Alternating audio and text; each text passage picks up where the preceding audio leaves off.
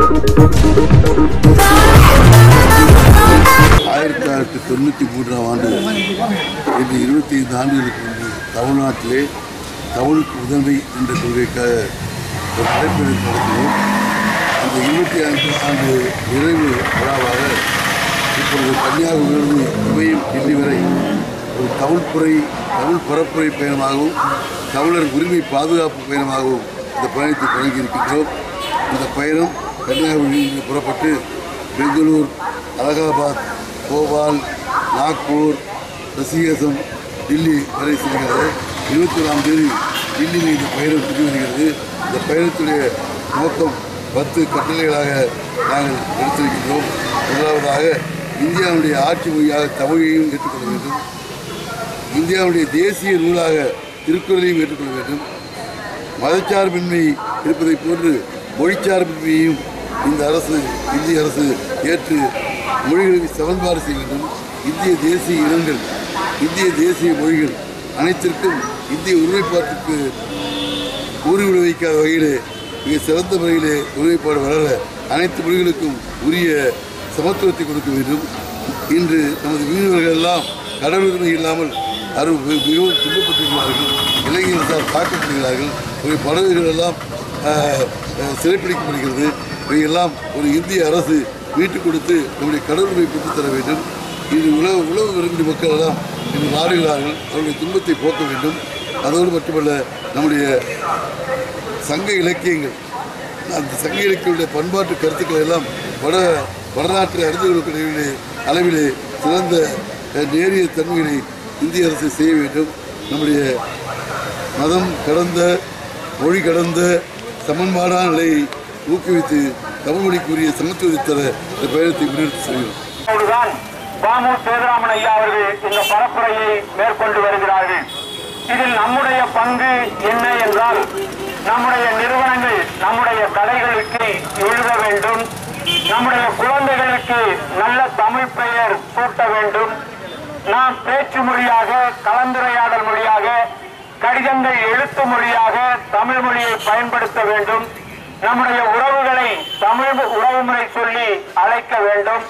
இப்படி தாய்மொழியாகிய தமிழ் மொழியை நம்முடைய குழந்தைகளுக்கு எத்தனை மொழி கற்றுக் கொடுத்தாலும் தாய்மொழியாகிய தமிழ் மொழியை பேசவும் எழுதவும் கட்டாயம் நாம் அனைவரும் உறுதுணையாக இருக்க வேண்டும் என்ற வேண்டுகோள்களை மக்களிடையே பரப்புவதற்காகத்தான் இந்த தமிழுக்கு முதன்மை பரப்புரை 25வது ஆண்டாக சார்பாக நெஞ்சு நிறைந்த வணக்கத்தை முதலிலே தெரிவித்துக் கொள்கின்றோம். பன்னாட்டு தமிழர்கள் மன்றம் என்கிற ஒரு அமைப்பினை இந்த நாட்டிலே மட்டுமல்ல, உலகத்திலே இருக்கிற பல நாடுகளிலே தொடர்ந்து செயல்படுத்தி வருகிற நாடறிந்த தமிழ் புலவர் ஐயா பெருங்கவிக்கோ வாமு சேதுராமன் அவர்கள் இன்னும் சிறிது நேரத்திலே இங்கே வருகை வர இருக்கின்றார்கள். அவருடைய நோக்கமெல்லாம் தமிழுக்கு முதன்மையான இடத்தை தர வேண்டும். தமிழ் மக்களாகிய நாம் தாய்மொழியாகிய தமிழை போற்ற வேண்டும். தாய்மொழியை காக்கிற உணர்வு நமக்கு வர வேண்டும். நம்முடைய குழந்தைகளுக்கெல்லாம் தமிழிலே பெயர் வைக்க வேண்டும். விளங்காத அடுத்த மொழியிலே இருக்கிற அந்த சொற்களை கொண்டு நம்முடைய குழந்தைகளை வீட்டிலே அழைப்பது நமக்கு நம்முடைய கண்களை போல நாம் பாதுகாக்க வேண்டும் என்பதை வலியுறுத்துவதற்காகத்தான் நம்முடைய தமிழறிஞர் பாபு சேதுராமன் அவர்கள் தமிழ்நாட்டிலே தொடங்கி டெல்லி வரை பல்வேறு மாநிலங்களை கடந்து கடைசியாக இந்திய நாட்டினுடைய தலைமை அமைச்சர் மோடி அவர்களை சந்தித்து அவர் தமிழுக்கு முதன்மையான இடத்தை தமிழ்நாட்டிலே தருவதற்கு அரசாங்கங்களிலே எல்லா ஆணைகளையும் நீங்கள் பிறப்பிக்க வேண்டும் என்கிற அந்த கோரிக்கையை வைத்து தமிழுக்கு ஏற்றம் பெறுவதற்காக எவர்சிவர் மாற்றுவது இருக்கிறது. அதை ரவி நிலைவெள்ளி அங்காடி என்று நாம் பெயர் மாற்றலாம்.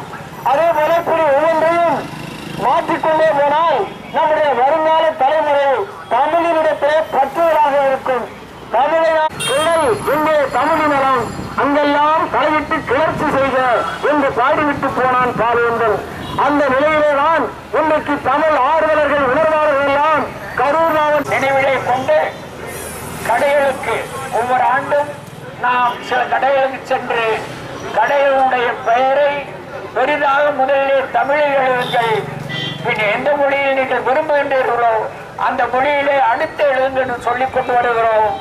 அதே பாணியிலே தான் இந்த ஆண்டும் நாம் அவர்களிடம் 1-2 பேரும் சென்று அவர்கள் சொல்லி அவருடைய கடைப்பெயர்களை மணிமாறன் சொன்னது போல இனிப்பகம் அருமையாக சொல்லலாம். தமிழ்நாடு முழுவதும் தேசிய நாடுகளாக வைத்துவிட்ட நடத்தக்கூடிய நிலையாக இன்று ஹைதராபாத் அதிலிருந்து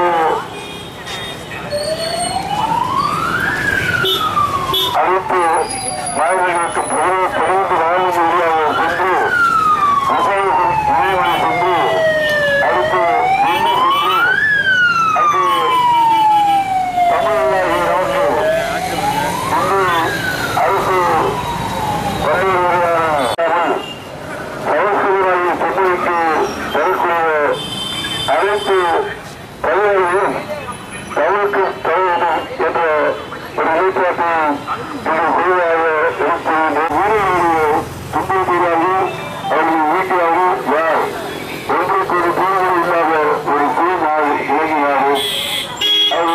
அதை தரமாற்றம் மறுக்கிறார்கள், சிறையில் வீரர்களை அளிக்கிறார்கள். நான் இந்திய தோழர்கள் ஒன்று அழைக்கக்கூடிய நிலை இருக்கிறது. இந்த வடமொழியும் தமிழ்மொழியும் ஆதியிலிருந்து ஒரு ஒன்றுவிட்டு வளர்ந்தாலும் கூட வடமொழிக்கு தாய்மொழி தமிழ்மொழி என்று நமது வல்லவர்கள் சொல்லியிருக்கிறார்கள். அது இன்றைய தமிழ்மொழிக்கு உரிய ஒரு தகுதியை இந்திய அரசு தர வேண்டும். அடிக்கடி